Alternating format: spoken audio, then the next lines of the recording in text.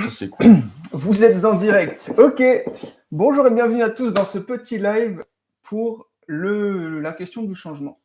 Alors, on a fait petit test sonore. Vous nous dites dans les commentaires s'il y a des gens qui sont présents, un petit peu de voir si vous nous entendez bien, si vous nous entendez bien de la même façon. Sinon, on essaiera de faire un petit réglage, voilà, vite fait, bien fait. Mais en tout cas, aujourd'hui, on se retrouve avec Maxime, si tu veux bien te présenter. Salut à tous. Donc, moi, je m'appelle Maxime Guy, je suis psychopraticien. J'ai eu la chance de faire mes études avec Thomas à Strasbourg et aujourd'hui, j'exerce en tant que praticien libéral à Logelbach dans un pôle médical pas loin du Grand Leclerc. Voilà. Voilà, et puis du coup, aujourd'hui, on avait envie de se retrouver un peu parce que on se voit, on est quand même amis de longue date, tout doucement, je sais pas, Tout doucement, ouais. 6-7 ans, il me semble, voire Ouais. plus. Et on a souvent des échanges, des discussions autour de différents thèmes et on a beaucoup à cœur d'accompagner au mieux les gens qu'on reçoit au cabinet, de se remettre en question pour savoir aussi ce que les personnes elles traversent, comment les aider. Et le changement, du coup, c'est Ça une tourne grande souvent, question. ouais. C'est souvent un peu au centre de tout, parce qu'il y a beaucoup de choses qui sont liées à ce changement, en fait, tout simplement. Il y a beaucoup de charges émotionnelles, beaucoup de changements de vie, d'acceptation. Donc en fait, c'est un peu un thème assez large qu'on aura à cœur de vous étayer un petit peu aujourd'hui, quoi. Ouais, c'est vrai que le changement, c'est une question globale, mais que tout le monde vit. Rien que quand on a essayé de définir un peu dans la vidéo les tags, vous savez que les tags, c'est une manière de retrouver les vidéos sur des sujets que vous cherchez. On se demandait, voilà, à quoi touche le changement. Et c'est assez vaste, mais en même temps, ça fait partie de la vie de tout le monde. Ça peut être une question de deuil, ça peut être une question de transformation physique, ça peut être une question de se lancer dans un nouveau projet, de changer une simple habitude. Et parfois, c'est quelque chose qui va en fait transformer tout le reste, alors que on n'aurait pas donné tant de pouvoir à ce petit changement, mais rien que peut-être se coucher tôt. Donc toi, par exemple, dans les personnes que tu as pu rencontrer, à quel niveau tu as repéré que le changement, c'était une question importante pour les gens? Moi, en tout cas, j'ai la sensation que le changement, c'est toujours un peu le cœur des choses quand les gens viennent, parce que c'est souvent par rapport au changement qu'il y a des questions. Quand on cherche, quand on reste toujours dans cette zone de confort, qu'on appelle zone de confort, mais qui est un apprentissage, en fait, on n'a pas vraiment cette question du changement. C'est plus quand on ouvre un peu la porte, on met la tête dehors et on se dit, waouh, dehors, c'est plutôt pas mal, mais ça me fait peur, quoi. Et donc, ce changement, à ce moment-là, il est souvent accompagné de peur, accompagné de doute, mais aussi accompagné d'envie et de joie, quoi. Donc c'est un peu... Disons que le changement, je trouve que quand je reçois des gens qui me disent, déjà, ils ont du mal à dire j'ai peur de changer. Ils ont du mal à le verbaliser, mais c'est souvent la question sous-jacente de j'ai envie, mais on me donne pas l'autorisation, ou je me donne pas l'autorisation, donc je viens ici pour un peu le partager. Et, je sais pas comment toi tu le sens aussi. Mais... c'est vrai que c'est super intéressant ce que tu dis, parce que au final, les gens qui viennent veulent un changement. C'est-à-dire que de base, c'est souvent un truc, là, j'en peux plus, je suis arrivé, qu'est-ce qui vous a conduit ici? C'est un ensemble de facteurs qui fait que c'est la goutte d'eau qui déborde le vase, je n'y arrive plus, je me rends compte que ça fait longtemps que je voulais venir ou quoi. D'autres parfois qui viennent avec un enfant, et on se rend compte que derrière la question de l'enfant, il y a parfois la question du couple, il y a donc des changements qui doivent advenir, dont l'enfant peut représenter un peu le symbole, mais un autre truc hyper riche dans ce que tu dis, c'est que ce changement, il y a une ambivalence par rapport au changement. Il y a une réelle envie de changer, et en même temps, il y a un besoin de se regarder, d'aller voir des choses en nous qui ont bloqué ce changement, et qui sont toujours un écho d'une peur, de quelque chose qu'on n'a pas voulu voir, qu'on n'a pas eu l'énergie de voir, ou qui était trop dur parce qu'on s'est dit, on a envie d'être soi-même. Et parfois, on a le sentiment que le monde nous demande en permanence de changer. Donc, si on entre de cette façon-là dans le changement, on a l'impression de perdre un peu qui on est, de devoir devenir autre chose. Et c'est pas ça du tout qu'on cherche au fond. Donc, ça peut être des petites subtilités, des petites nuances qui vont faire que on a envie de changer, mais c'est pas facile. C'est pas facile parce que ça nous remet en question, parce que ça nous fait peur, parce que est-ce que je vais rester le même, est-ce que je vais avoir toujours l'aval des autres et tout ça. On en parlait d'ailleurs tout à l'heure en off. Totalement. Donc toi, par exemple, comment Tiens, la question du regard des autres dans le changement. Est-ce que pour toi, dans ce que tu as pu observer, comment ça se joue un peu? Là, ce que je trouve vraiment, vraiment hyper intéressant dans ce que tu dis, bien que tout soit intéressant, mais ça, c'est vraiment le regard de l'autre, quoi.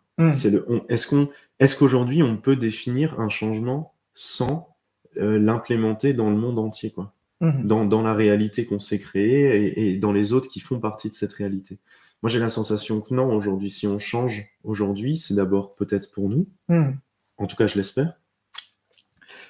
Mais disons que le regard des autres aura toujours un poids, sauf si on arrive vraiment à s'en détacher. Et moi, si maintenant je dois donner un exemple personnel, le changement pour moi, ça a toujours été ambivalent aussi, parce que quand les gens me regardent et me disent « t'as changé », je le prenais souvent mal. Parce que j'avais l'impression d'être quelqu'un de bien. Et donc, on a aussi... Le changement, ça va nous ramener à pas mal de choses, parce qu'on a aussi ce sentiment de bien et de mal. Est-ce que si je suis bien au début et que je change, est-ce que je deviens quelqu'un de mauvais? Est-ce que si j'étais quelqu'un de mauvais au début, est-ce que si je change, je serais obligatoirement quelqu'un de bien? Et donc, il y a cette pression qu'on se met aussi à soi, en mode, si je change, vers où je vais, quoi. Et donc, moi, quand vraiment, quand on me disait oh, mec, t'as changé, je me disais, mais merde, quoi. Pourquoi on me dit ça? Pourquoi on me dit ça? Parce que je suis bien. Et en fait, je pense que c'est ça un peu la pierre angulaire du début du changement, en tout cas. C'est, en tout cas, des gens qui viennent nous voir, c'est j'ai envie de changer, mais qu'est-ce que les autres vont en penser, quoi. Et comment et dans quel sens? Parce que derrière ce que tu dis, il y a l'idée dont on parlait aussi tout à l'heure, de l'évolution. C'est-à-dire, on a beaucoup tendance à confondre le changement avec l'évolution. Et l'évolution, on la place souvent dans un cadre moral. C'est-à-dire qu'on va se dire, si je dois changer, c'est pour le mieux. Mais ça peut être assez violent vis-à-vis de soi-même. Je ne sais pas si tu te rappelles, une fois, on était allé à la muscu ensemble, et il y avait quelqu'un qui faisait des squats, qui était entré dans la salle, sans préparation, sans s'échauffer, on voyait que c'était quelqu'un qui avait certainement été anciennement obèse et qui voulait amorcer justement un changement, une transformation. Et il l'avait fait de façon, mais vraiment, il est arrivé sans échauffement, il a mis un maximum de poids, il a commencé à charger comme un fou. Puis on sentait la souffrance. Je me rappelle je sais pas comment toi c'était, mais moi ça m'a fait mal au cœur. Vraiment, j'ai vu le gars, mais en fait il m'a appris beaucoup, parce que je me suis dit le changement, ok, mais pas dans la détestation de ce que j'ai été, quoi. C'est-à-dire, si on devait apprendre à notre enfant à grandir dans une prise de conscience, dans un changement, on lui dirait pas ça c'est de la merde, maintenant il faut que tu transites. On lui dirait voilà, jusque-là tu as fait ça, maintenant peut-être que tu peux aller chercher ci, ça, explorer d'autres formes de choses, mais tout ce que tu as fait était super. C'est juste que tu as l'opportunité de grandir. Et c'est vrai qu'à ce titre-là, ça change quand même pas mal l'énergie du changement. Ça en fait pas, comme tu dis, une nouvelle bonne morale ou un devoir par rapport aux autres. Et je me rappelle, dans une coloc que j'avais avec des amis, à l'époque, il y avait un peu les gens, je sais pas si on arrêtait de boire ou quoi, ils étaient là en mode « Toi, t'as changé, toi. Toi, t'as changé. » Et Van Damme, dans la même période, avait lâché une phrase. J'avais entendu une phrase de Van Damme sur YouTube dire mais le gars qui change pas qui change pas, c'est vraiment le con des cons. Et j'ai pas changé pendant des années. Et il est dit comme ça. Et je me suis dit, mais c'est vrai, putain, le changement, en fait, c'est quand même la loi de l'univers, quoi. Mais dans ce que tu dis là de la coloc, moi je ressens surtout le fait que quand on me dit ouais t'as changé, c'est la possibilité de sortir du cercle qu'on a. Et ça nous fait peur à ce moment-là, parce que on s'est créé une image, un être, quelqu'un qu'on a réussi à développer par rapport aussi aux autres. Et comme on a réussi à rentrer dans ce cercle-là, bah du coup on y est bien, quoi. Et si on change, du coup c'est comme si on était un peu exclu, quoi. Et je pense que voilà, le lien social il doit se faire aujourd'hui.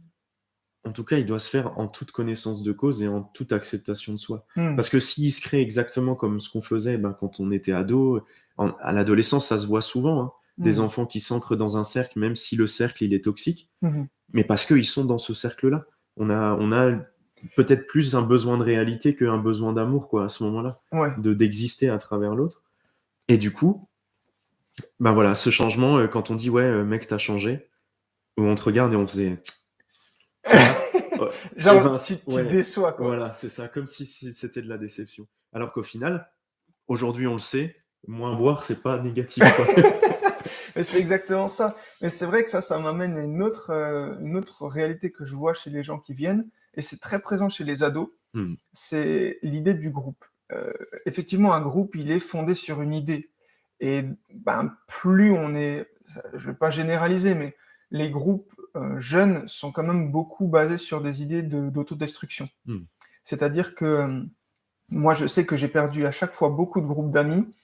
La première fois que j'ai décidé d'arrêter de faire le con pour aller faire des études, quand j'ai arrêté de boire, quand j'ai arrêté certains comportements qui étaient pas genre les jeux vidéo, pas que le jeu vidéo soit négatif, mais quand on arrête de faire en sorte que notre vie tourne autour du fait de ne pas changer.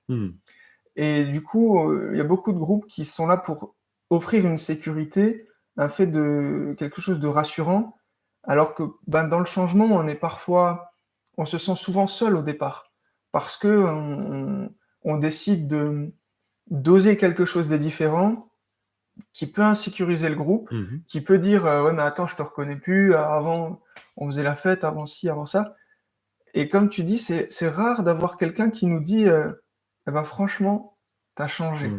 Et ça se sent, ça te va, ça te fait du bien. Tu vois, ça va plutôt inquiéter les personnes elles se mettent pas forcément à se demander qu'est-ce qui a motivé ce changement et est-ce que ça nous rend heureux. Ça va plutôt être une peur et un jugement. Donc ça, c'est une bonne question pour vous qui nous regardez ou qui nous regarderez peut-être plus tard. Quel est le changement que vous essayez peut-être de voir advenir dans votre vie et à quel endroit ça fait peur? À quel endroit vous sentez que ça risque de ne pas passer auprès des vôtres, auprès de vos proches ou d'un groupe dans lequel vous êtes présent? Et voyez que toute cette pression-là, c'est quelque chose dont on peut se détacher pour se dire « Ok, mon désir de changement est plus important que l'importance que j'accorde au regard des autres. » Il y a une manière de voir que le changement est pas forcément, mais en tout cas est très souvent positif, c'est quand on essaye de le mettre dans un domaine qu'on maîtrise bien. Par exemple, si on prend les jeux vidéo, comme tous les deux on joue assez régulièrement, par exemple dans League of Legends, si on n'est pas en constant changement, on peut pas être meilleur.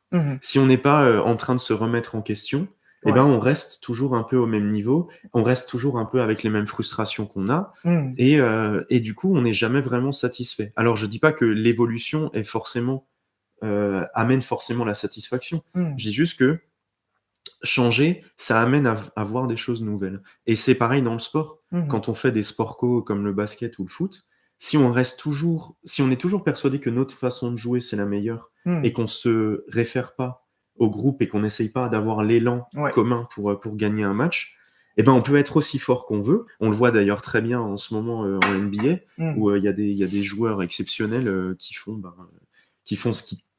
ils font la même chose depuis des années, et aujourd'hui ça va plus parce que peut-être l'équipe est différente, donc ils sont obligés de s'adapter, ils sont obligés de changer, et comme disait Thomas avant, ce changement, des fois ça fait peur, mais moi j'ai la sensation qu'aujourd'hui il est nécessaire. Oui, parce que l'exemple du jeu vidéo, c'est un excellent exemple, parce que par exemple, à un moment, quand on avait monté une équipe, on s'est bien rendu compte que pour progresser, il fallait arriver à s'extraire de la vision qu'on avait, qui était pendant les parties, comme dans un sport, comme dans un couple, comme dans une éducation, complètement en vision embarquée, quoi. Donc, il faut arriver à se décentrer et regarder d'un point de vue général, ok. Ça passe par le fait de changer de rôle, ou changer de perspective, en fait. Tiens, moi, les gars, mec, là, je me sens seul, tu me fais jamais la passe, ou je sais pas quoi, j'ai l'impression que... Et l'autre me dit, non, mais pas du tout, on fait ce qu'on peut. Et si on regarde à nouveau la partie, mais comme on n'est plus impliqué dedans, on a un petit recul, on observe, ah oui, ben là, en fait, il pouvait pas. Et ça, c'est quelque chose duquel je peux prendre conscience pour remarquer que déjà, je vais pouvoir accéder moi-même à un changement de perspective qui va me faire prendre conscience qu'il y a différents possibles qui s'offrent à moi. Par exemple, une équipe qui reste sur une stratégie qui gagne tout le temps et qui, par force du temps, devient désuète parce que quelqu'un apprend à la contrer, Bah ouais, eh bien ben, va falloir se demander, OK, comment je peux offrir de la nouveauté, accéder à de la nouveauté, et ça passe, comme tu disais, par le fait de tester, d'essayer. Et ça passe forcément par l'enfant, quoi. Ouais, Par le bien fait de sûr. redevenir un peu joueur, de sortir de sa zone de confort ou de l'élargir. C'est Ophélie, une amie à nous, qui m'a offert cette belle vision-là, plutôt que de sortir de sa zone de confort, qui est assez... Ouais, c'est on vrai. n'a pas envie, en plus c'est l'hiver, là bientôt il fait pas chaud. On peut l'élargir, on peut l'étendre. C'est-à-dire, OK, ça je maîtrise, je peux explorer un peu. Quand je vois que ça devient trop inconfortable, OK, je me ressource et j'y repars. Mais je lâche pas et je persévère. Et là, le changement, eh ben, il se fait de façon naturelle parce que une nouvelle habitude, une nouvelle idée, et on se sent changer. Et c'est ça, quelque part, le sentiment d'être créateur qui, à mon sens, est si heureux, quoi. C'est waouh, en fait, je suis capable d'amorcer du changement, d'être possiblement ça, possiblement ça. Et dans tous ces possibles, je vais chercher quelque chose qui me parle et qui est heureux dans le moment, quoi. Et puis dans ce changement, du coup, quand on va amener cette joie, etc., on va aussi amener l'acceptation. Et l'acceptation, ça va nous permettre aussi d'aller plus loin. Parce que quand on accepte que, ben ok, si on reprend les jeux vidéo, ben, pour pouvoir avancer, changer, etc., il faut qu'on se pousse jusqu'à ses limites pour voir un peu ben, jusqu'à où je peux aller. Ben, si on accepte que ben, les autres vont peut-être réagir mal ou peut-être être déçus, etc., parce que j'ai fait un move bizarre, etc., et ben du coup, on accepte aussi le fait que ben, ils vont peut-être réagir mal et eux le sentent. Et eux le sentent et nous laissent plus d'espace. Donc c'est vraiment, moi j'aime bien utiliser cette image-là de la relation à l'autre, c'est vraiment un vase communicant. Si on va mettre une énergie dedans, l'autre va... Il y a de grandes chances, alors c'est pas une vérité absolue, mais il y a de grandes chances que l'autre mette la même énergie dans ce pot, et du coup, ça va tourner, et ce qui va en sortir, ben, c'est forcément un peu cette énergie de tolérance. En tout cas, ça rend le truc possible. Voilà, c'est ça. Et comme on est tous les deux à mettre de l'énergie dans le pot, ben on partage quelque chose, quoi. Et donc, on n'est plus seul dans cette quête de changement, dans cette quête de je veux devenir quelqu'un de mieux ou de quelqu'un de différent. Mais du coup, on le partage avec l'autre, que ce soit dit ou pas dit, en fait, que ce soit conscient ou inconscient. Mais en mettant cette énergie et en l'autre réagissant de la même manière, ben du coup, déjà, on se sent moins seul, justement, dans ce changement. Et... Parce que dans cette zone de confort, finalement, on est toujours un peu seul, quoi. On a les gens qu'on a bien voulu mettre dedans, mais comme dit Ophélie, justement, si on l'élargit pas, il y a un moment, il n'y a plus de place. En fait, on devient seul ensemble. Ouais, c'est un peu le truc le plus terrible, c'est qu'on se retrouve entre gens seuls pour pas se sentir seul, mais on n'arrive quand même pas à accéder au fait d'être vraiment réconfortant pour l'autre, parce que la seule chose qui soit fondamentalement réconfortante, c'est de sentir que l'énergie qu'on porte, elle peut être fluide, et elle peut nous offrir différentes expériences via le changement. Si en plus on arrive à vivre ce changement avec les autres, alors là c'est bonheur, parce que du coup ça, comme tu dis, on devient un peu diffuseur. Il y a quelque chose au-delà de nous qui commence à apprendre, on le met dans un pot, et en fait on propose un terrain d'entente. Tiens, et si on faisait ça, et si... Après, ben, parfois ça a ses limites, parce que qui dit changement, comme tu disais, dit zone de confort, et on a tous une forme de peur, d'identité, d'ego, et je mets pas ça dans... L'ego, ça n'a pas que du négatif, mais l'ego est quand même globalement ce qui résiste au changement. Parce que lui, il vise le statu quo, il vise à ce que les choses restent en place, puisqu'il doit maintenir l'identité en place et que ça bouge pas trop, donc il est assez effrayé par nature. Et faut arriver à mettre un peu de souplesse là-dedans, à se dire... bon, je mets de l'eau dans mon vin, je teste, c'est pas grave, on verra bien, ça se trouve, je me trompe. Et parce qu'il y a beaucoup de gens qui viennent au cabinet et qui arrivent avec un désir de changement. Et on leur renvoie, ben, si vous voulez changer, il va falloir changer peut-être un petit peu quelque chose de ça, de ça, de ça. Ah oui, non, mais ça, c'est pas possible. Et puis ça fait beaucoup d'un coup, quoi. Ouais. Et là, on voit qu'il y a cette ambivalence de, ben, ok, vous voyez qu'il y a une part de vous qui veut changer, une part de vous qui veut pas changer. Et c'est pas grave. Mais si déjà vous avez conscience de ces deux parts-là, vous allez peut-être pouvoir donner un peu de force à l'une et à l'autre, ou prendre conscience de celle à qui vous passez le flambeau, quoi, quand vous agissez. Mais je trouve qu'il y a dans l'alchimiste de Paulo Coelho, c'est assez bien exprimé, où il y a ce paradoxe en fait entre vivre sa légende personnelle, c'est ce que crie le cœur. Donc si on réfère un peu ça, on pourrait dire que le cœur c'est l'ego, du coup, ou c'est l'ego qui crie vis ta légende personnelle, et en même temps le cœur a peur, quoi. Le cœur a peur d'aller plus loin et de souffrir. Et donc à la fois il a un message vachement galvanisant en disant mais vas-y, vis ton truc à fond et sois heureux, et de l'autre attention parce que j'ai peur, quoi. Et donc au final ce combat entre guillemets qui n'est pas vraiment un combat, qui est juste peut-être une incompréhension de soi à ce moment-là, il est présent dans chacun de nous, et à chaque moment en fait, parce que même au plus profond de notre âme, au plus profond de notre cœur, il y a ce paradoxe de j'ai envie d'avancer et en même temps ben, ça me fait peur de le faire. Et quand on prend conscience de ça, ben, en fait on n'a plus vraiment de raison de se battre, puisque c'est au fondement même de notre être. Oui. Et puis on trouve même exactement l'endroit où on peut venir poser de la douceur. C'est-à-dire le but n'est pas de pas avoir peur. Comme Mufasa, quoi. Même les rois ont peur, tu vois. Mais je croyais que je devais être brave comme toi. Il dit non, je ne suis brave que lorsqu'il le faut. Il y a des moments où effectivement, comme tu dis, entre le cœur et la tête, ou le cœur et l'ego, il y a une aspiration et il y a une peur. C'est-à-dire, waouh, moi je veux bien y aller, mais attends, faut que ce soit un peu rassurant et tout. Et il y a des moments où il va falloir mettre le pied dans le vide et se dire, bon, il y a une dalle qui va se poser en dessous, j'ai confiance, tu vois. Ça, c'est le saut de la foi. C'est ça, c'est Néo, quoi. Néo, quand il saute de l'immeuble, enfin, il veut voler, bon, ça marche pas, mais bon, il se lance, quoi. Et dans Paulo Coelho, c'est ça, il y a plein de moments, effectivement, comme tu dis, où à chaque fois, il y a une part de lui qui repense à ce qu'il a perdu, ce qu'il pourrait retrouver en revenant en arrière. Mais en fait, il y a quand même une sorte d'impossible. Parce qu'à partir du moment où il s'est lancé, il ne peut plus revenir en arrière. Parce que c'est des vieux schémas de pensée, mais il sait qu'ils sont creux. Et encore une fois, dans Matrix, c'est ce que dit Trinity à Neo dans la voiture.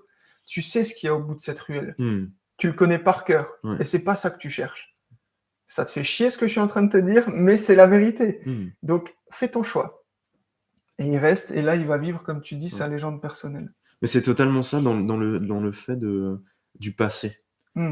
C'est ça qui est beau dans cette quête-là, c'est que quand il se rend compte que ces schémas de pensée sont plus ceux avec lesquels il a envie de vivre, il ressent de la sérénité. C'est ce qui se passe, sans trop spoiler, c'est ce qui se passe vraiment au tout début du livre, quand il se retrouve au Maroc et qu'il est sur cette place et il s'est fait voler son argent et il est seul dans un pays inconnu, parlant une langue inconnue, et en fait il se réveille le matin et il se sent serein parce qu'il sait que quoi qu'il s'est passé, il a déjà fait un pas vers l'homme qu'il avait envie d'être, vers la légende personnelle qu'il avait envie de vivre, parce que à la base, il voulait être berger pour voir du pays, et là, il est déjà allé plus loin que n'importe quel berger. Alors, on pourrait croire que c'est une comparaison aux autres, mais fondamentalement, non, c'est simplement cette sérénité. C'est de lui à lui-même, en fait. Exactement.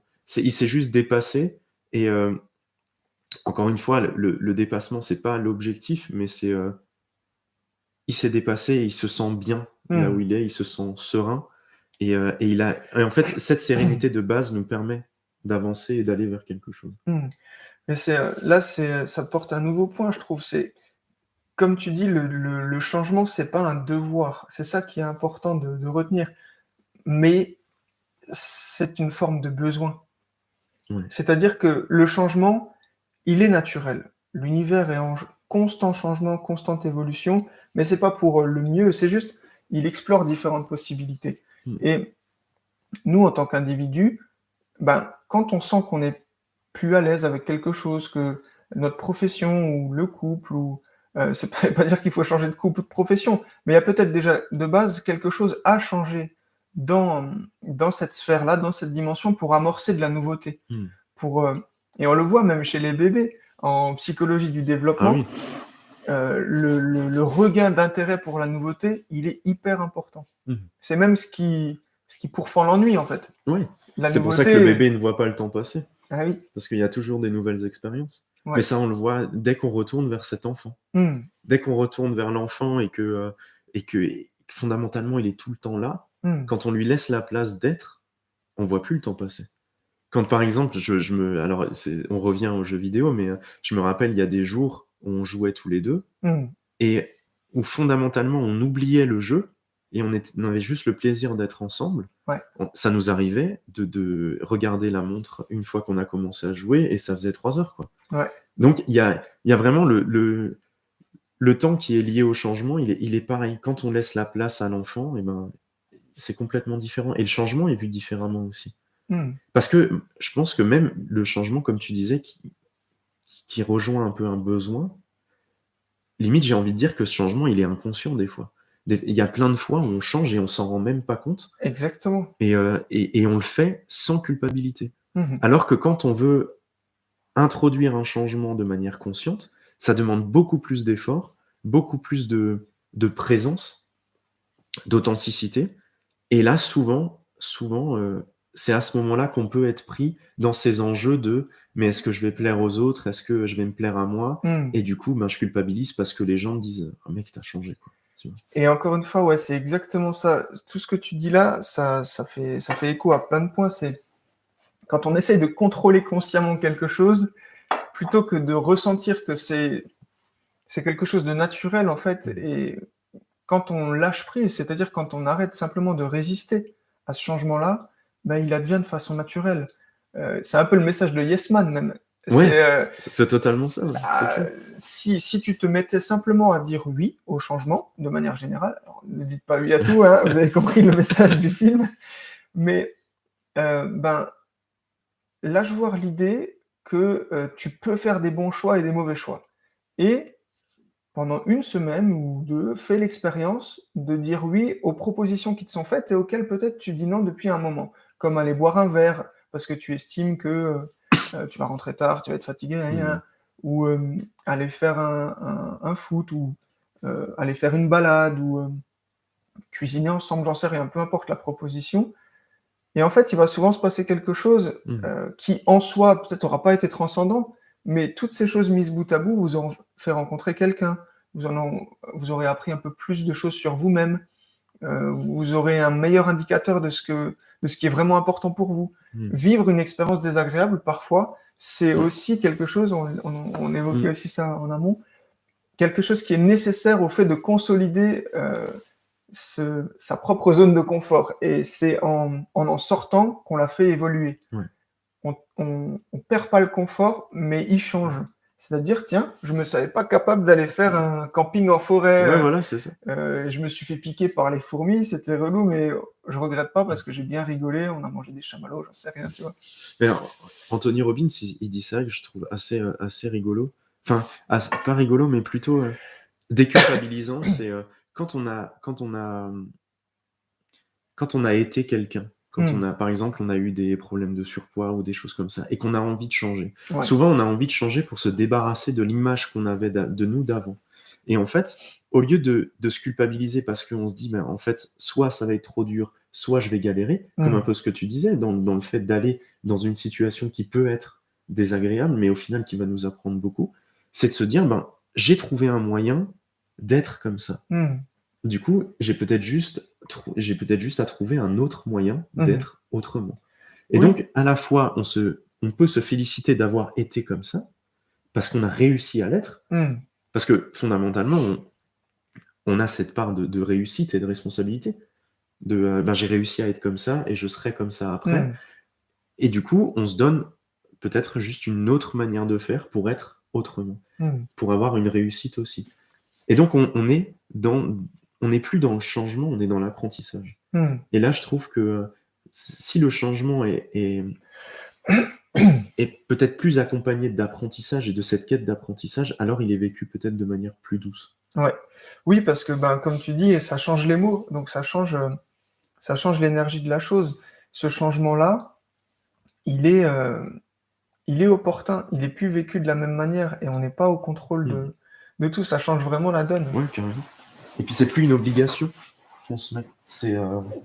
On a envie d'apprendre et on est dans ce besoin, mais dans ce besoin de continuellement se nourrir en fait, de se nourrir différemment. En fait, on intègre le changement naturel qui fait partie de toute chose. C'est comme se reposer dans les bras du changement, quoi. Ouais, carrément. C'est l'apprécier en tant que tel, comme il est. Parce que le changement, il est ni bon ni mauvais. Comme tu disais avant, on peut très bien vivre quelque chose de désagréable et avoir un super retour, comme vivre un truc super agréable et pas avoir de retour. Et du coup, en fait, le changement, il est juste là. Et comme nous. Il est comme nous. Et il faut qu'on apprenne à... Enfin, il faut pas. On peut apprendre ou non à être ce changement aussi. C'est exactement ça. Et on peut avoir le même regard doux et simple, sans jugement vis-à-vis de soi-même et de notre histoire, de pourquoi on a vécu quelque chose de désagréable. Le meilleur exemple que j'ai, c'est le fait d'avoir, entre 15 et 25 ans, connu des histoires d'amour qui étaient très douloureuses, où il y a vraiment eu, sur l'échelle du bonheur ou du malheur, j'étais vraiment dans la souffrance. Ouais. Mais je regrette rien parce que je vois bien que c'est tout ce qui m'a permis de comprendre, d'accepter et de reconnaître la beauté de la personne avec qui je partage ma vie aujourd'hui. Donc, si je change une seule des expériences que j'ai pu vivre négativement ou juger négativement un jour dans mon existence, je n'apprécie pas de la même façon. Enfin, tu vois, j'avais pu travailler en tant qu'échafaudeur pour payer mes études. Combinaison intégrale en plein soleil, tu portes du poids, laine de verre, ça te gratte et tout. Après, le simple fait de bosser en t-shirt, Ouais. Bah, c'est sûr. avec la parole, avec du contact, avec de l'échange, mais ça fait doublement sens. Et du coup, je remercie la part de moi qui a accepté de jouer le jeu de la difficulté pour apprécier toute l'ampleur de la simplicité. C'est-à-dire, waouh, en fait, tout ce que je croyais devoir faire et qui, petit à petit, s'épure. Et je me rends compte que, bizarrement, je fais de moins en moins dans le sens du devoir, de l'obligation, de la pression, du jugement, etc. Mais, à contrario, je fais beaucoup plus. Enfin, il se fait beaucoup plus de choses à travers moi. Plus naturellement, du coup. Plus naturellement, au contact des autres, avec une solitude appréciée, même joyeuse parfois. Et ouais, ça change. Et c'est ça qui est fou dans ce changement, c'est que plus on y résiste, plus on entre en lutte contre. Ouais. Quoi. Et puis on suit souvent un changement qui est dicté par une éducation ou par des choses plus vieilles, en mode c'est vrai qu'on nous a, en tant qu'homme, on nous a souvent dit sois fort, quoi, ne pleure pas. Enfin voilà, c'est un peu des clichés des années 80, 90 ou même. Mais c'est toujours un peu présent. C'est toujours un peu présent et on a du mal à faire face justement à ces émotions qui nous met un peu en difficulté. Et je pense que si je dois donner un exemple personnel, je pense que par rapport à nous deux, je pense que le plus beau changement qu'il y a eu pour moi, c'était que j'allais mal. Et au final, quand on était à la fac, on n'était pas vraiment proches, on discutait un peu, mais on n'était pas proches. Je connaissais de vue, ouais. Voilà. Et j'allais mal, et tu l'as senti. Tu l'as senti, on s'est écrit sur Facebook, et au final, j'ai pris la décision de ok, ben ouais, je vais mal et j'ai envie de parler. Et ça, fondamentalement, c'est un changement parce que au début, j'étais plus du type d'homme à me dire ouais, mais mes problèmes, ça m'appartient, il faut que j'arrive à les résoudre. Et là, je me suis dit, mais s'il m'écrit et qu'il le sent, pourquoi ne pas y aller, quoi? Pourquoi ne pas me laisser happer par ce changement? Et au final, c'est que du positif parce qu'on a eu, enfin, ça nous a créé une belle amitié qui a eu vraiment, je trouve que cette amitié, elle est fondamentalement riche parce qu'elle elle a été vraiment liée à ce changement. Il y a eu des fois, on s'est beaucoup vu, des fois beaucoup moins vu, des fois beaucoup écrit, des fois moins écrit. Il y a eu des moments où on a avec plus ou moins de facilité, su accepter le changement de l'un comme de l'autre. Mais moi, je me souviens que ça a été une époque forte aussi parce que quelques temps après, pourquoi je sentais que tu n'allais pas bien? Parce que j'allais pas bien. Mais quelle était ma manière de m'aider, d'aller mieux? C'était beaucoup dans le fait d'aider les autres. Et quelques mois après, je me suis rendu compte qu'en fait, j'aidais de plus en plus de monde, mais j'allais de plus en plus mal. Et c'est un moment où j'ai commencé à aller voir, juste avant d'aller voir Laurent Lévy, mais je commençais à regarder ses vidéos et tout. J'étais tombé sur La puissance de l'intention, le documentaire, que je recommande à beaucoup de gens d'ailleurs. Et, que vous trouvez sur YouTube d'ailleurs. Que vous trouvez sur YouTube, ouais. Dans la playlist, justement, Conscience de cette même chaîne. Et ouais, je me rappelle avoir été là un soir, j'envoie un mail perdu, comment ça se passe l'organisation, j'aimerais venir. J'avais pas trop d'argent, j'avais pas le temps, je savais pas dans quoi je me lançais, j'avais peur que ce soit une secte et tout, machin. Il y avait des peurs comme ça, toutes les idées qui passent. Et je me lève le matin et ça n'allait toujours pas alors que je venais de dormir. Et je me dis, mais putain, qu'est-ce qui se passe? J'essaie de me poser la question à mon fort intérieur, je me dis, Thomas, qu'est-ce qui va pas? Et par force de lâcher un peu les scénarios mentaux qu'on se fait, de trouver des excuses, des fausses causes qui masquent un peu le truc de fond, je me dis, en fait, je crois que je veux juste de l'aide. Je veux être aidé. J'en ai marre de tout faire tout seul. Et au moment où je me dis ça, j'ai le téléphone qui sonne. Alors ça, c'était le miracle, quoi. La nana organisatrice du séminaire m'appelle. Elle me dit, ouais, salut, on peut se tutoyer, ouais. J'étais là, comme ça, trop d'aide d'un coup, limite. Tu sais, j'étais là, qu'est-ce que je fais de tout ça? Bah écoute, j'ai vu ton message, il reste quelques places. Justement, il y a quelqu'un qui vient de se désister. T'habites où? Ah, ok, t'habites là, je te mets en contact avec quelqu'un, vous pourrez peut-être faire du covoit. Elle me donne son numéro, la nana m'appelle dans la foulée. Ouais, bah il y a mon coloc qui devait venir avec moi. Il a désisté, si tu veux, j'ai une chambre d'hôtel, elle est payée, et puis tu peux faire la route avec moi. Du coup, j'avais tout qui s'était déplié. Donc là, évidemment, j'aurais pu dire non au changement, mais je l'avais demandé. Donc, il est arrivé expressément. J'étais là, oui, bah oui, et je ne savais pas du tout dans quoi je m'embarquais.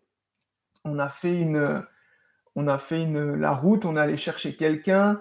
Sur la route, on tombe sur une dame formidable qui se met à chanter du Barbara dans la voiture. Je lui dis que je fais un peu de rap, un peu de slam. On arrive sur place, on va voir la salle où devait avoir lieu la conférence le lendemain. On ouvre la porte, qui était là? Laurent Lévy, tout seul dans la pièce. Il vient nous voir, il parle. Et Marie, la dame en question, elle fait « Ah, bah lui, il fait du slam !» Et moi, je deviens tout rouge. Je fais « Mais putain, pourquoi elle dit ça ?» Et lui, il me fait « Bah, tu nous fais un petit slam demain, pendant le week-end ?» Et je dis là « Oui, bah oui. » Et tout le week-end, c'était que ça. Et du coup, le lendemain, lors des questions-réponses, je me suis retrouvé devant la scène à devoir faire un slam. Et bon, ça se voit pas sur la vidéo, elle est en ligne d'ailleurs. Ça s'appelle L'infini et l'au-delà sur la chaîne de Laurent Lévy. Et en off, quand on a eu tout terminé, il y a une foule de gens qui sont venus vers moi pour me demander s'ils pouvaient me faire un câlin en me disant que ça avait été un moment incroyable. Et là, j'ai vu la vie qu'il y avait derrière ma résistance. C'était incroyable. Mais j'étais plus aux commandes de rien. J'étais aux commandes du oui ou du non. Est-ce que je dis oui ou est-ce que je dis non? Et qu'est-ce qui se passe quand je lâche complet? Est-ce que c'est pas la plus belle des commandes, du coup? Parce qu'au final, on s'ouvre aux opportunités. Mais je comprends que ça fasse peur, tu vois. Ah ouais, parce que c'est tellement immense, tout cet amour qui peut arriver, qui peut émerger quand on arrête de se dire non, quand on arrête d'être autre chose que ce qu'on est naturellement, sans résister, et qui peut ne pas plaire à beaucoup de gens, qui peut amener des critiques et tout, mais qui part au-delà de ça, amène des rencontres avec des gens, mais à un niveau de communication et de fluidité qui est sensationnel, comme cet échange, tu vois. Cet échange-là, mais il y a tout et il n'y a rien de trop, tu vois. C'est fluide. C'est fluide, c'est léger, c'est heureux, c'est tout ce qu'on aime, quoi. Mais je crois que le changement, au final, c'est un peu... c'est vraiment s'écouter avec honnêteté et amour. C'est s'écouter au plus profond de soi et se dire, ok, qu'est-ce que je veux, quoi? Qu'est-ce que je veux vraiment? Et c'est ça qui est dur. Parce que quand on pose cette question, et on se pose vraiment comme toi tu l'as fait, et de se dire, qu'est-ce que je veux vraiment? Et du coup, on a les réponses qui arrivent, et c'est ces réponses-là qui font peur. C'est parce que ces réponses-là, elles amènent plein de choses qu'on doit faire. Plein de choses qu'on peut être, plein de possibilités. Et c'est un peu... Alors, ça vient pas de Coach Carter, mais c'est là où moi je l'ai vu. Donc, Coach Carter, c'est à la fin du film, quand il retrouve c'est pas totalement à la fin, mais quand il retrouve les enfants, en fait, qui n'ont plus besoin d'aller à la bibliothèque, mais finalement ont pris toutes leurs affaires de classe et travaillent dans le gymnase, il lui dit que en fait l'être humain sa plus grande peur, c'est pas ce qu'il peut pas faire, c'est sa lumière. Et fondamentalement, je pense que enfin moi en tout cas, en tant qu'être humain, j'ai ce sentiment-là que c'est la possibilité que j'ai qui me fait peur. Ouais. C'est pas le non en fait qui me fait peur, c'est le oui, et qu'on me laisse la place d'être. Parce que peut-être, c'est un peu ce que tu disais avant, ces peurs archaïques de je vais peut-être décevoir les gens, etc. Et tout ça. Et donc, du coup, on est un peu pris par ces peurs-là qui n'ont pas lieu d'être à ce moment présent. Et je sais que toi, ça te parle des Eckhart Tolle. J'ai la sensation que le changement, en fait, il est vraiment lié à ce que lui, il dit, c'est que le changement, il peut se faire que dans le présent. Ouais. Parce que si on le projette, si on va dans le futur en disant demain je vais changer, cette phrase, moi je l'ai dit mais des milliers de fois. Demain c'est bon. Ma femme, ma femme, elle m'a dit, on a rigolé ce week-end parce qu'elle m'a dit, je vais pour ton anniversaire ou pour Noël, je vais te faire un poster et je vais écrire demain je le fais ou demain ce sera fait, quoi. Et c'est un peu ce truc de procrastination, c'est en mode, mais si le changement, on se dit ça va être dans le futur, il se fera pas. Pourquoi? Parce que le futur, il est teinté de peur. Parce que ça n'existe pas, en fait. Ça n'existe pas. Et si on se dit, j'ai changé, et du coup, ça va être dans le passé, on va se dire, ouais, mais avant, c'était peut-être mieux. Avant, c'était peut-être ci, c'était peut-être ça. Alors que si on est dans le présent, et on se dit, je veux changer, qu'est-ce que je dois faire pour changer? Qu'est-ce que je peux faire? On met tout de suite en action ce qu'on peut faire, on s'écoute vraiment. Et là, en fait, on peut pas ni avoir peur, ni regretter. Et c'est souvent là où les changements les plus puissants s'inscrivent. Et on sait pas trop ce qui s'est passé. Après, on a limite besoin de temps pour se dire, waouh, mais en fait, il s'est passé ça. Et j'étais pas aux commandes. Et en fait, c'était beaucoup plus simple que ce que j'ai cru. Et Eckhart Tolle, il le nomme aussi dans une de ses vidéos. Il y a quelqu'un qui lui demandait, mais alors, est-ce que vous souffrez encore? Alors, il dit que finalement, l'ego, le mental est toujours là. Et à n'importe quel moment, il peut souffrir. Mais il y va pas. Mais l'ego lui dit, viens, rappelle-toi ton père, ta mère. Mais la souffrance, ça a quelque chose de rassurant. Moi, j'ai des gens qui sont venus au cabinet et qui étaient ancrés dans une souffrance, mais je sentais que c'était pas le moment de leur enlever. C'est devenu identitaire, exactement. Et c'est là où aussi on peut un peu nuancer cette belle chose qu'est le changement. C'est que je pense que le changement est vraiment lié à la temporalité. Il y a des moments où on n'a pas besoin de changer. Et il y a des moments où il faut le faire, où on a besoin de le faire. On n'est pas dans l'obligation de le faire, mais on ressent que c'est intéressant de le faire. Et je pense qu'il faut accepter aussi le fait qu'on ne soit pas au moment de changer, qu'on ne soit pas dans ce moment-là et de se dire, c'est pas grave si c'est pas ce moment-là, parce que si je changeais maintenant, ce serait peut-être pas, soit peut-être pas ancré dans le temps, soit, ou en tout cas, ce serait pas moi, quoi. En fait, n'ayez pas peur que le changement ne soit pas en cours. Il est déjà en cours. Le simple fait que vous ne changiez pas, que vous ayez l'impression de ne pas changer, est une stèle, une base importante qui va nourrir tout le changement d'après. Et qui est vous êtes déjà en train de changer, que vous le remarquiez ou non, que vous l'acceptiez ou non. Totalement. Et ensuite, en fait, c'est une question, est-ce que je suis en capacité d'observer que je change?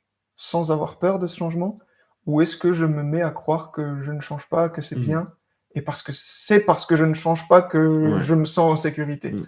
N'associez pas le non-changement au fait de vous sentir sécure. Ouais. C'est pas la même chose. Mais c'est comme associer le changement au non ou au bien au mal. Mmh. C'est, je pense que le changement, c'est tellement grand, mais exactement comme nous, en fait. On est tellement grand, on a tellement un potentiel de dingue qu'au final, se réduire à une classification, Mmh. c'est trop réduire la chose. Et donc, du coup, on va avoir un peu cette idée d'avant d'élargir cette zone de confort. On va se sentir étouffé.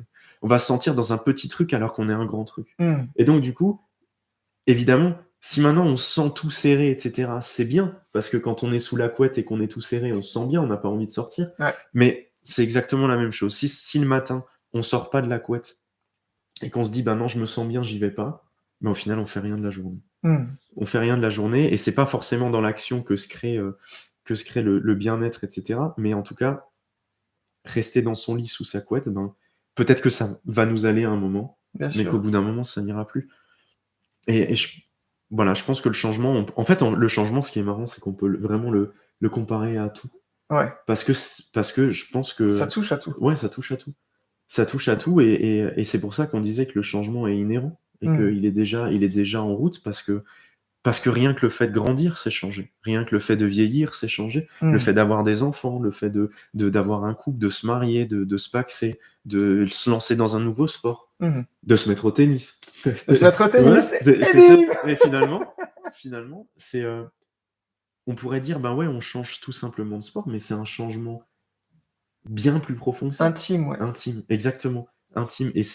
Et quand on touche à cette sphère de l'intime, je trouve que c'est un peu comme les émotions. Mmh. Tu vois, le changement, c'est, on n'en prend pas conscience tout de suite, on en prend conscience après. Et Mmh. les émotions, c'est toujours ça. Quand on va être en colère, on va jamais se rendre compte qu'on est en colère au moment T. On va se rendre compte après, en se disant, ouais, mais là, je suis en colère, ou là, Ouais. j'étais en colère. Mais c'est déjà un peu traversé. Quand on se rend compte C'est qu'on est en déjà colère, passé, c'est ouais. déjà un peu traversé. Et, ou déjà un peu passé. Et c'est là qu'on a la possibilité soit de continuer de le nourrir, soit de se dire, en fait, Voilà. c'est déjà fini, puisque Ouais. j'arrive à Et c'est l'observer. là on peut en faire quelque chose. Mmh. Et si on s'en rend compte trop tôt, ou alors qu'on veut en prendre conscience trop tôt, ce qui n'est plus un mouvement naturel, on va ramener d'autres sentiments, d'autres émotions là-dedans, Mmh. dont la peur, et la peur qui va nous empêcher de changer ou de ressentir l'émotion. Et même pas, au fond. C'est encore une idée, parce que Oui, la c'est peur, vrai. ça prépare à C'est l'action. vrai, oui, C'est c'est ça qui est vrai. magnifique. C'est vrai, oui. On a les pupilles qui se dilatent, le sang, l'afflux Sang, ouais. sanguin, le Il va cœur dans qui les bat, jambes. le Ou muscle. alors on se dit, ah, je bouge plus. Je fige. Mais oui, c'est vrai, c'est totalement vrai. Tout est fait pour qu'on change en permanence, même les émotions. Donc, voilà. Je pense Ouais, je que pense qu'on je a pense qu'on passé un a bon bout de fait temps dessus, là. on a fait un bon petit tour, Ouais. mais vous avez compris l'idée. On prône le changement. En tout Non. cas, on prône l'écoute du Ouais. changement, ça c'est sûr. Prenez le temps d'observer que le changement, c'est quelque chose qui a pas toujours été confortable peut-être, mais qui, pour une part, peut vraiment à chaque fois vous offrir l'opportunité de grandir en conscience, d'élargir votre perspective des choses et de vous-même, et d'ouvrir de nouveaux possibles. Oui, il y a peut-être quelque chose qui s'est terminé. Il faut peut-être laisser quelque chose derrière vous. Peut-être qu'une personne ne reviendra pas, mais il y a tout le futur qui s'ouvre au présent, dans le bon, ben, je peux peut-être aller vers cette nouveauté, vers cette nouveauté, vers cette nouveauté. En faisant confiance au fait que ça fonctionne, en faisant confiance au fait que je suis capable, que j'ai ma place là-dedans, Ouais. que c'est bienveillant, que c'est doux et que c'est pour le meilleur. Et j'ai envie de rajouter à ça, ne vous culpabilisez pas parce que vous changez pas, ou vous changez pas assez vite, ou vous changez pas comme les autres, mais vous changez. Un changement, c'est comme on a dit, c'est intime. Ça doit se faire au plus profond de vous, ça doit se faire dans l'écoute, dans le partage avec vous et vous-même, souvent entre vous et votre enfant intérieur. Et voilà, c'est pas parce que ça se fait pas maintenant, alors qu'on vous l'a demandé, c'est pas parce que ça se fait pas maintenant et c'est maintenant que vous auriez eu envie que c'est grave. C'est pas grave, c'est pas bien, c'est pas mal. Le changement, il vous amène à quelque chose de nouveau, et c'est ça qui est réellement important. Si ça se fait pas maintenant, ça se fera peut-être plus tard, ou alors ça se fera pas. Mais dans un sens, si vous avez vraiment envie de ce changement et que vous sentez que ça vient pas, c'est un peu cette phrase que m'a dit Thomas qui m'a beaucoup fait beaucoup fait sourire, c'est saboter le sabotage, quoi. Il y a un moment, si vraiment Ouais. vous voulez changer et vous voulez y aller, et ben, le présent, il est beau et il faut plonger dedans, quoi. Donc, voilà, dites-vous que tout ce qui touche à vous est beau et peut amener forcément à de belles choses. Voilà, je pense que moi j'ai fini. Les mots de conclusion parfaits. Voilà, en tous les cas, c'était un plaisir d'échanger avec merci, toi, merci Max, de m'avoir déjà. donné cette opportunité. Il n'y a pas de souci. Et puis, merci à vous qui nous avez regardé ou qui allez peut-être nous regarder par la suite. En tout cas, on espère que vous avez passé un aussi bon moment que nous et on se dit à bientôt. À bientôt.